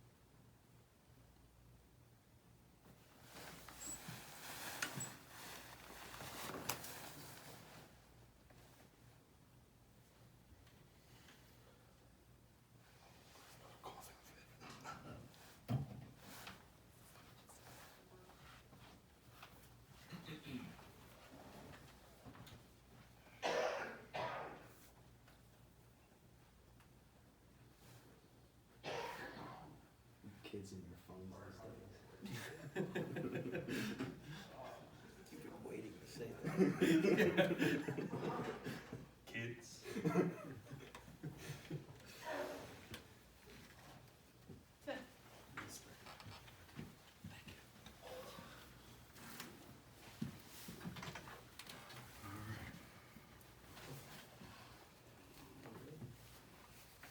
You ready? Okay, we're gonna bring the March 3rd, 2025 meeting of the zoning board of appeals back to order. The time is 8:24 p.m. All right. So as I explained before, we're gonna go into closed deliberations now. All right, and the first deliberations are on application Z-25-3, and that is the Scott and Deborah Taylor residence. And, let's see, I'm gonna go over the whole address. It's 25 Deerfield Road, and that is for a garage, 40 feet by 32 feet in the front yard, and that's regulation 3.4.alpha.3.b. I'd like to take a motion to approve as submitted, please. So moved. Do I have a second? Second? Okay, discussion. Who would like to go first on this one. I mean, my opinion on it hasn't changed much. I was in favor of it when it came before us back in December, and I think that Attorney Marcus only really solidified the argument that it is not a self-imposed hardship because the hardship was not with the property when the owners purchased it. The hardship was imposed upon them by the town in 2008. So it is not that it's not that the property owners bought the property with knowledge that this would become a hardship. So you think it's grandfathered, kinda? Well, not necessarily, I just don't think it's self-imposed, because the argument, I'm just trying to remember back from, it was 3 months ago, so apologize if I misconstrue anyone's stance on it from back then, but I think the main argument against it was that they knew this when they bought the house, and therefore it is self-imposed, because they bought a property that couldn't accommodate the garage legally. And the argument we heard tonight from the attorney is that they bought it believing it could accommodate the garage, and later the regulations were changed. So it's not a self-imposed hardship. It is in fact a hardship with the land, the hardship being the shape of the property, the fact it's was an interior lot, and the fact that it has a very steep slope that doesn't allow it to be built anywhere else. And I believe also in December we discussed that that they had a potential other place to build it, and That was 6 to 8 feet Yeah. away near these Yeah, steps and with- going down. yeah, and with And put a the- slight attachment. Yeah, small put an attachment. attachment, and there was some discussion from a couple commissioners, I don't remember exactly who, It was me and Larry. that they could look at it, and if they didn't think that would work, then we might be able to then we might be able to grant it after they had fully considered it. And now they're back here 3 months later saying, we did fully consider it, that's not going to work, this is the only option. So I think in going with what we said last time, that now is a good time to approve it, because they did give the other options a fair consideration. Yeah, I think Attorney Marcus said that there was an issue with the topography and the grade, and then the wall that was back there and stuff like that. Yeah, and he said that the snow removal. And the snow. removal. The stone removal. So the issues we had with it last time were mainly self-imposed hardship, and there's another area available. And I think we heard tonight that neither of those are no longer true. It is not a self-imposed hardship because they didn't know about it when they bought the property, or it didn't exist when they bought the property, nor is it possible for them to move it somewhere else. Commissioner Briggs? Yeah, I would agree with that. At the first application, I had real questions about it. I guess, would it be possible to move it and create a bulkhead and a structure and It's place like a it? little overhang, 6 or 8 feet. I mean, you could maybe do it, but it would be doing that to satisfy a specific technical requirement, and I guess to me, first, as you were saying, Carl, the fact that they bought this property as it was when they bought it, the regulations changed subsequently. 2008, I think you said. We don't know, we have no reason to know whether they had any plan at that point to have a boat or build a shed for a boat, so that, there's no reason to think that was on their mind, but even if they did, it would have been compliant then in a way that it's not now. So, and I think if I understand this notion of a legal hardship, which seems to me one would need to apply in a fairly specific, narrow way, but it does seem like this would, at least that seems to be a supportive argument if you also include in it that, having a boat by a lakeside property is not unusual, it's, consistent with the area. And also for me, it's really, in a practical sense, the front yard is not the front yard. The front yard is over here. Where they sit the house and the unique shape of that property. Right, and the actual, if you look at it, it's almost like you know, if you Upside drew, down if you drew Oklahoma. a straight line from the road, it would be up here somewhere. It's almost like you have to sort of, you know, it's a kind of a crazy situation in a way that defines it as a front yard, you know, itself, and the fact that it's also not visible and doesn't really. 300 feet you know. off the cul-de-sac. Yeah, so I would, yeah, as I said, I would agree with what Carl's saying. Commissioner Pressman, Mr. Secretary. I don't think I wanna debate with the other commissioners. There's other alternatives, I'm not an engineer, but I do snow removal, and snow has nothing to do with whether or not you could put it there. As to whether or not they bought the property and decided they wanted to build a garage and buy a boat when they bought the property, I can't speak to that, so. I know there's an alternative, so for that reason, I'm not in favor. Mr. Secretary.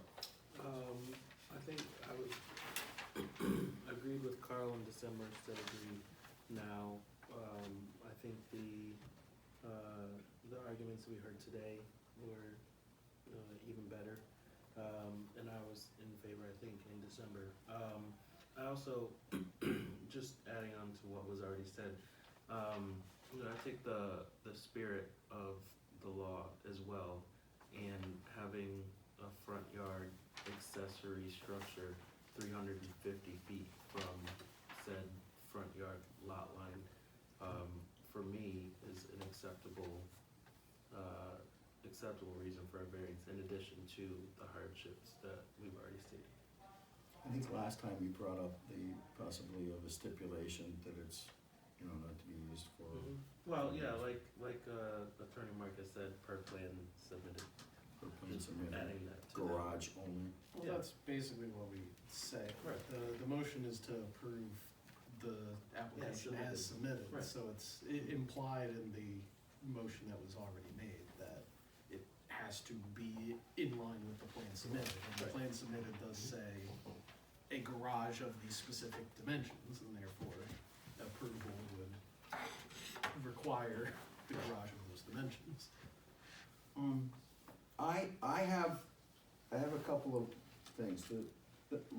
Just like last time, I do see the unique shape of the property. Okay, I see that. I see the slope, okay, as you're coming down and you're on the south and east side. It's difficult there. A little bit less slope on the left-hand side as you're first coming down the driveway, but it gradually gets steeper as you go down towards the lake. So I do see some hardships of the property. I don't know if I necessarily agree with all due respect, with Attorney Marcus's argument about the old regulation that was in place prior to 2008, and then not knowing about it, because when you go today or whenever, like they just came in front of us to put that garage up, it's like anything else. And I'm gonna take it from an electrical standpoint. When I go in and I design a system, fire system for somebody in their place, I can't say, well, you know, please don't make me do that fire system because the code used to be different 15 years ago. I've gotta bring that system up to today's day, code regulations, NFPA standards. So I don't necessarily agree with, and I just wanna be respectful, but I don't necessarily agree with that part of the argument. I think that the person knows, or should know, or should be aware of what their regulations are now and try his best to comply with them. And if they can't, come in and seek release from us. So that part of it, I don't 100% agree with. So I could go either way on this. I've heard everybody else's argument on it. Could you? Not to Yes, interrupt, but please. I would just say, I agree with you on that point. But again, my point is, as the law is now, again, going back to the The spirit spirit. of the law, So you're not the seeing zoning it, regulations. right. So I'm also not swayed by, they bought it with, there was a set of rules, and now there was another set of rules in 2008. That's, you know, it's a decent argument, but it doesn't factor in for me. For me, it's more The spirit. the spirit, yeah, that we're, again, 350 feet away from the front, from the road of the front yard. So So, again, the spirit, I think, was to not have all these, accessory structures literally in the front yard, you know, right near the road, which then creates, you know, it just doesn't look good. Yeah, question for you, because it's, the variance stays with land forever. You don't think that later on, if he sell the house or something, or somebody else buys a piece of property next door, you don't think that they're gonna have any issue with it? I do know there's woods and stuff over there, but what are your feelings on that? I mean, I don't think so, but again, when I'm going just from the variance that's being requested, which is accessory structure in the front yard, again, I find it difficult, which by law it's the front yard, but again, talking 350 feet from the lot, for me, that's pretty excessive. And even if they moved it with my idea, it's still technically in a front yard, but they're attaching it. Right. Right, I see what you're saying. Mr. Rushmeyer? Did you want to? I'm good. You're good on it? Okay. And I just wanna say too, I agree with you, like Elijah said as well, that it's not so much as saying like, oh, well, these were the regulations in 1994 and therefore we should only concern ourselves with those. I agree with you that like, yes, we should focus on what the code is today, what the regulations are today. I think the argument there is, again, more of a counter to what was discussed last time, which is, hey, isn't this self-imposed? Didn't you know about this when you bought the property? And the answer is no, they didn't. It's not saying that we should allow them to do all the things that were allowed back in 1994. It's Right. simply saying that those things that were allowed in 1994 and no longer are allowed are not a self-imposed hardship. It's a hardship that is specifically being imposed by the town. Yeah, I never thought of the regulation as the hardship. I thought about the location last time I'm talking about. Yeah, the It's location's really the the hardship, hardship. because they The topogra- choose the right. The location. location's the hardship, topography's the hardship, the shape of the property's the hardship. But it is not in any way self-imposed because the owners did not exist as a hardship when the owners moved in. So it therefore couldn't have been self-imposed because they didn't have knowledge of what would happen in the future. Is there any further So, I discussion? mean, a hardship of a property is defined by what the person wants to do, right? I mean, Yeah. you know, if you have a 60-degree slope and you wanna put a ski run on it, that's not a hardship. If you wanna put a garage on it, it is. So, but I think as you're saying, Carl, that, since at the time of purchase, good faith understanding of the property they had at that time was if they chose to build something there, they could. So that, in that sense, it's not self-imposed. Now, Attorney Marcus introduced this, to me, new notion of a legal hardship. And so I'm partly, using that concept as a guide here to say, from assuming what he's saying is accurate, that the court does recognize as a hardship certain specific situations of upzoning, which is what we're dealing with here. So that seems relevant anyway to this specific. Well, up-regulation, not really up-zoning, it's up-regulation. Of regulation. Near the bottom. Yeah, Yeah. sorry, I misspoke. No, it's okay. Anyway. That's- Yeah, exactly what it is. and also that, yes, I mean, I agree with Larry that it could be done. I mean, I don't. The proposed location I had from the last Yeah, time. it could be done, but does it make a difference in substance other than a difference in more compliance with the technical requirements? And if the building's moved a certain, it's not gonna affect you particularly, it's not gonna affect neighbors, we're just shifting a little bit for what would be probably a much more onerous undertaking to do it. And in a property where really it's sort of it's such a unique, to use that notion, unique shape. Yeah. So, I- that's my thought anyway. Yeah, I think, I'm thinking I'm okay with this because there's obviously a unique shape of property. They obviously have topography issues, especially behind and the location that I had it there. Yeah, maybe it's possible and it's doable, but it's very difficult. And I was convinced by Mr. Tahar, even though his voice was really weak tonight, of his explanation and reasoning why and stuff like that. So I think that I'm okay with it. Are we ready to vote? Yep. You ready to vote? Okay. All right. All those in favor of approving application Z-25-3, and that is the Scott and Deborah Taylor residence, and that is 25 Deerfield Road. Applicant agent is Mr. Neil Marcus Esquire, and that is for a garage. It's in the front yard, 40 by 32, and that is regulation number 3.4.alpha.3.b. Say aye. Aye. All those opposed say nay. Nay. Okay. The motion is approved. Congratulations, Mr. Marcus. Thank you. Actually, And that is, it's a strong voice of Mr. Tahar to carry. and that would be, Thank you. 4-1? 4-1.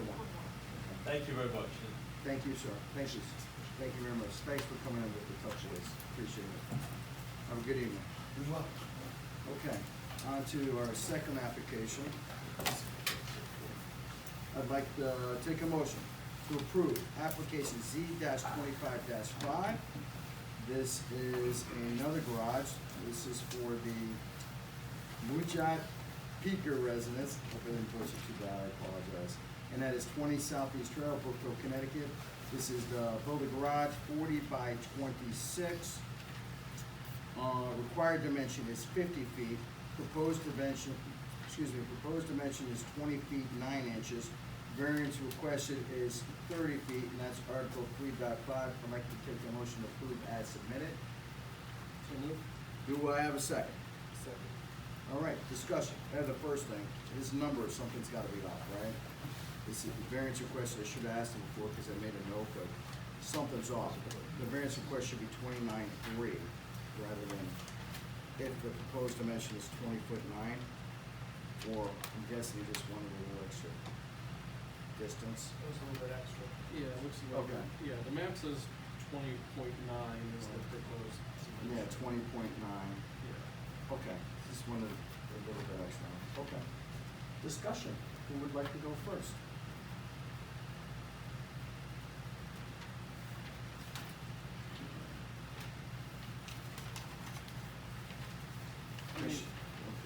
Mr. Vice Chairman. This one, I think there was,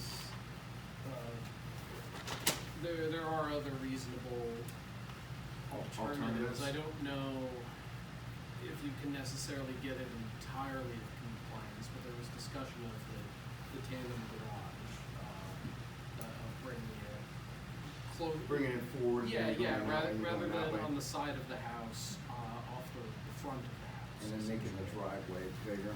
Yeah, there's ways to have, yeah, there's ways to, instead of here, to put it like here. Well, that's just two cars right there. Just two Right, cars so- right there. Wait, you didn't have this? Yeah, when you Well, I go believe- straight up I- his driveway, there's a two-car garage right there. One, Yeah. two, that's the base. Well, it wasn't, Doesn't show it on there, but I Yeah, well, walked it wasn't up there. Commissioner Barnes talking about, This is the canvas Okay. right there. yeah, Right. well, it wasn't Commissioner Barnes talking about making it a, tandem garage. Yeah, I thought he was talking, didn't he draw it on yours? No, I said tandem garage, and then it came up later, the others. I was just suggesting moving it this way. Commissioner Barnes was talking about, this, a tandem garage. So you go in, Yeah, and so go you in just straight up two and deep, in. yeah, 2 cars deep. So you'd What have, is the tandem so you'd- garage? you'd have 1, 2. So you basically go that size right in front of it and attach it, and then you go in, you put a car here, you probably fit 3, or 2, depending on the size of the Yeah, car, you just straight make in. the garage twice as deep, so you Right. park Really two- deep. a car in and then another car behind Yeah. it. Like a tandem trailer. Yeah. Right, okay, got it. Yeah, and that's a way that you can have the same, approximately the same area Yes. and be Right. in compliance, and you do lose some, driveway. You still do have, I think, a fair amount, and you might be able to make more driveway Yeah, he's got it. as well. Don't forget this retaining wall that's Right. right there. That's about, I don't know, 4 or 5, probably a 5 foot, it's a pretty tall retaining wall. It's a Yeah. pretty big retaining wall on the, kind of northwestern side of the property. But as nice as it is to have the extra driveway, is that a reason enough to need a variance? It's sort of, Right. well, pick one or the other. Do you want the extra garage space or do you want the extra driveway space? And I don't know if that's enough of a hardship to say I want both and that's why. Okay. And the left-hand side, location-wise, left-hand side, you get the septic, Yeah, all the way there's- off on the yeah, east, there's no southeast way side you of the can- house. There's no way you can do anything over there.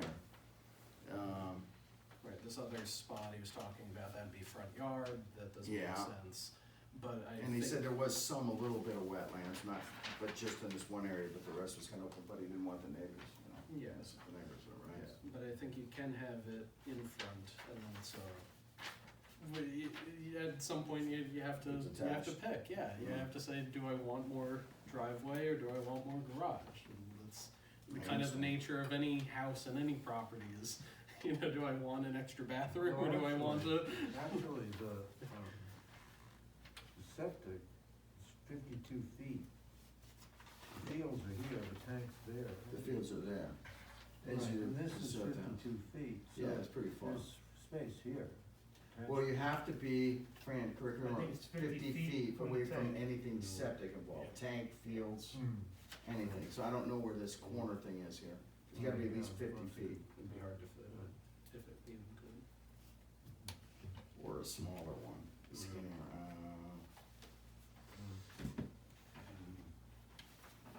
Yes, sir. I think it could be reconfigured to be much more in compliance, or maybe not even a variance, so. Thank you very much. I didn't hear that. Oh, he thinks it could be reconfigured. Go ahead, sir. Reconfigure, and be much more in compliance, Right. or. Yeah, Yeah. looked at, tweaked, Right. tightened up, Right. come back. Yeah. Maybe still need a variance, but not the same amount of variance. Mr. Secretary. I agree with everything that's been said, and I, the proximity to, on the west side, just, it's very close. There's 50 feet from your neighbor's Yeah, it's yard close. for a reason. Mm. And, I understand that it would provide privacy, but again, as Larry always says, it stays with, the property, in perpetuity, so, and if someone were to move in on this property up here, and I don't know what the current tenant, how they feel, but They may it's just, not like it. it's really, really close for me. Yeah, it could hurt the resale value of the Could possibly. Ackerman property if other people are like, there's a garage really close to my property, but I don't know about that. Okay, is there any further discussion? I have one question, would anybody, and this is going off of what Commissioner Rushmeyer said, would anybody be opposed? You don't know what's gonna happen, but if we were to deny it, maybe denying it without prejudice, so that they would have time to tweak it and come back, or what is everybody thinking? It's fine with me. That sounds Commissioner reasonable to me. Rushmeyer? I guess, It's 30 days versus 6 months. If they could find a way to bring it just closer, maybe. All right. Ready to vote? Yes, sir. Ready to vote, sir? Okay.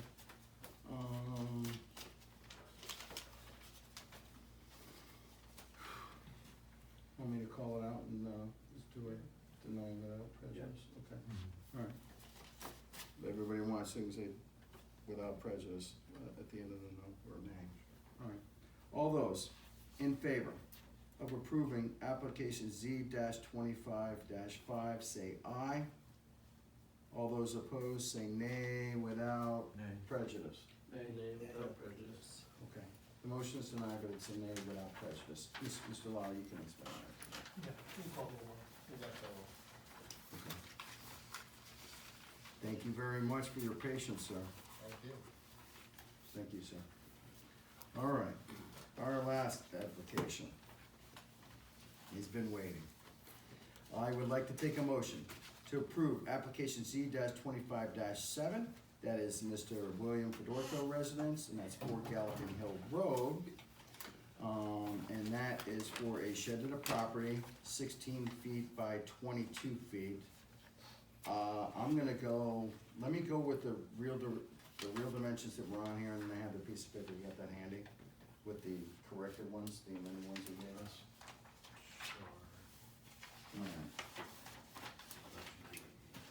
Yeah, I'll read them both and then thank you. You have 44-1, right? And the other one was 24-6. Yep. Yeah, 24-6, okay. All right, I'm gonna start one more time, sir. All right, I'd like to take a motion to approve application Z 25-7, and that is the William Fedorko residence, 4 Galloping Hill Road. And that is for a shed on the property, 16 by 22, and there's 2 variants requested, which slightly got amended before. Structure to the rear lot line, proposed dimension is required dimension is 50 feet, and I'm just gonna put the variance request in because we didn't do the math on here. The variance request would be 24 feet 6 inches. And then structure to the left sideline, required dimension is 50 feet. And the new variance requested would be 44 feet 1 inch. Like that, and that's both are Article 3.5. Take a motion to approve as submitted, please. So moved. Do I have a second? Yes. We wanna approve as stated, not approve Ah. as submitted. Yeah. Yes. Take a motion to approve as stated. So moved. Do I have a second? Second. All right, discussion. I don't, This is, I wouldn't win. for me, this is, basically exactly the same thing I said the last application. As we've discussed, I think there are some options to get a little bit more in conformity. And again, we're talking about the required dimension is 50 feet, and we're looking for 44 and It's a big variance. 24 foot variances. I don't know if it can, as you talked about moving it into the backyard, which is an inconvenience, but again, I think, as Carl said, sometimes you have to choose. So for those reasons and reasons I stated in the previous application, it's a no for me. Commissioner Rushmeyer. Ditto. Thank you, sir. Commissioner Briggs. Yeah, I mean, I understand, his desire, and I understand the reasons for it, if they're reasonable, but it does seem to me there are options, to make it more compliant than is the case. It, requires a certain amount of sacrifice of space, perhaps, but things could be moved around a bit, so I would have to agree with that. Mr. Vice Chairman. Yeah, I mean, like everyone else has said, unlike the last one we just discussed, I don't think it's ever possible with how this property's set up to bring it completely in compliance. But you like could I make thought. it But you this could make variance it- smaller. You can make the variance smaller if you're willing to forego some yard space, and I do think, like I said last time, that there is a certain element, where it comes down to, okay, well, which do I prefer I having? don't want the extra shed or a yard little bit space more or- yard right Or there. the shed, because there's, with any property, you're always dealing with a finite amount of space. And so sometimes you have to, and there's a place to put it Yeah. that is more in compliance, basically. I concur with everybody here. I did speak to Mr. Fedorko. I don't think there's any problem at all. You can move it 24 feet from that left sideline over, which would make the variance much smaller. I tried a couple times speaking with him, and he wasn't interested in anything like that. So I concur with everybody here. Is everybody ready to vote? I would suggest doing the same thing, Deny if without we're- prejudice. Yeah, if we're denying, deny without prejudice and maybe he can find a way to get it a little bit more in compliance, as we all stated, I think there's a handful of options if the shed is really desired. I agree. Everybody okay with that? Yeah. All right. Make it in front of me. All right, all those in favor of approving application Z-25-7, say aye. As stated. As stated. Gotta start saying that. Say aye. All those opposed, say nay without prejudice. Nay without prejudice. So the motion fails, and that's unanimous, but it's a nay without prejudice, so thank you very much. Have a good evening. Have a very good evening. Thank you very much. Thank you.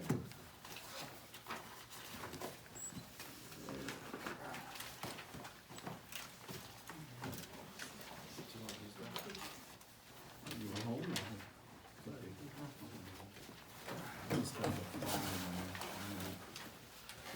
Thank you, sir. Thank you very much for coming. Have a very good evening. Thank you, sir. If you have any Thank you. questions, you can speak to Mr. Lawler. Yeah, I'll give you a shot. Okay, yep. Thank you, sir. All right. Have a good night. Good night. Are we doing anything more with the speed question? Oh, yeah. Real Wanted to real tell us what quick. you found about that? Real quick, yeah. Old business is none, new business, draft fee schedule, must be getting tired. Further discussion on, I have a little bit of discussion on it, if we'd like. Anybody else? You missed the last one, we were talking about the draft fees and stuff. I think we wanna continue it on a little bit just to get a little bit more information. But you want me to update you so far? Did you wanna Yeah. share what you found? Yeah, which part of it? All of it. Oh, I jeez. don't. Alright, here I go. Alright, I did speak to Attorney Beecher, and I'd rather get something in writing from him, because just to speak over the phone, but that was about 2.5, 3 weeks ago, on a couple areas that we were going over on this. And then he finally got back to me today, and thought that, hey, wanna look a couple more things up, be 100% positive on it, and hold off on, one part of the fee area stuff. However, he thought that it was a great idea, and I agree, and I think everybody else agrees here, that we do make one recommendation to help everybody out, and that is to put, right on the homepage, on the Town of Brookfield website, a legal notice tab, or underneath that notice tab, make sure that at least the ZBA, but all our legal notices are put on the website within the Connecticut General Statutes twice before, right, Fran? With 14 days and Yeah. within 2 days, Yep, and then it's gotta be within 10 days or something after that. yeah. I think that's the legal notice statute. But he thought it was a fantastic, great idea that we do that, so I am prepared, if we wanted to make a motion to at least ask and request that gets done. The, other part of it, I knew we were considering a bunch of other things. We were going over, and probably wanna take a little more time to look at it, Commissioner Rushmeyer, but we had a draft fee schedule, basically everything went up. I did call and did a little homework, because prior to the last meeting, we didn't have any homework on it at all, and I called New Milford, and New Milford had lower fees than us for right now, however, they were in the process of redoing their fees as well. And they did some, we could dig out all the numbers if you wanna go over them, but they did some rough, I believe it was Becky in New Milford that I spoke to. But she did homework in towns relative to our size in Connecticut, and had some rough numbers on it. The ballpark average, if you average them between residential and commercial, were about 250 throughout the state, towns our size. Then afterwards, at the last meeting, we asked Fran if he would look up other similar towns like New Fairfield, Bethel, and I think Newtown, right, Fran? You'll get your man. Right, which he did get us that info on. But in the meantime, we got an email from the land use director, Laura Barkowski, saying, oh, by the way, please take into consideration that the legal fees cost us $100 per legal fee. It's $98 and change, but call it $100. So we're really, before any application gets here, the town is $300 right there. So technically, we've been in the hole and didn't even know about it, because we haven't looked at this in 21 years, right? 21 years. So I did a little bit of homework on that, and this is one of the things that waiting on a response from Attorney Beecher on. But for example, the New Milford Spectrum does, and that's who New Milford uses for their, nobody gets it anymore because it's the 21st century, but for newspapers delivered to a home, New Milford's town hall, or the whole town of New Milford uses the New Milford Spectrum, they are $50 per legal fee. So it's technically half the price. The Newtown B is, which does all of Newtowns, and they have up to a 3-inch is $50, and then less than a 3-inch is $45. But two of them that are pretty close to us that still do home deliveries, and both of them, by the way, I called, and if somebody wants it and they still want home delivery in Brookfield, Connecticut, either one of them will do it to Brookfield, Connecticut. But I kinda had a discussion, hey, this is the 21st century, everybody, if they get the News Times, you know, they pull it up on their iPad or their laptop and bam, they're looking at it in 2 seconds, so everything's done on the internet now anyways. So I was thinking that there might be a suggestion to, besides the part that Attorney Beecher liked, which was putting a tab, nice and easy, right on our homepage, click legal notices, ZBA, and it's right there in front of you, make it easy for everybody to find. But I thought another good idea in tandem with that would be also, hey, let's see if, rather than jacking everybody's fees up, because we didn't know how much it was costing for until Ms. Barkowski brought it up to us, maybe we could possibly switch that part of it. But that part of it, he wants to do a little bit more homework on and consultate for, and maybe I can have him write us an email or at least tell me what he wants to do. So that, I didn't really wanna go over today, but if everybody was okay with it, I'd like to at least make the motion on adding the legal notices, at least the ZBA part of it, to the town website. And that's kind of a long of it. There's- But we need a little more time to go over. Is there any We don't- more to it, Alan, than that? Yeah, we could sit here and go through each and every one of the fees and the other town's fees and look at it, but the bottom line is, if we left it there, we'd have to raise them no matter what anyways, because we're paying double the price. Oh, also Larry, by the way, the Newtown, the New Milford Spectrum, News Times, it's owned by the same company. So, How about a town crier that goes around and yells, well, the town square now, really, for the last, what, 10, 15 years, has been the internet. Everybody pulls it up and. I got the new Connecticut Bars, book today, and it has the newspapers right in here, and it says clearly, using newspaper having substantial circulation in the municipality. Mhm. Connecticut Journal Statute 8-3. Oh, I got And another it goes one. on, what's substantial? 4% of households was found to be substantial circulation. Here, you got another. Well, I got another one for you that I just found today. If you go to section, which was it? 8-7-D, it's right after that 416, I can pull it up.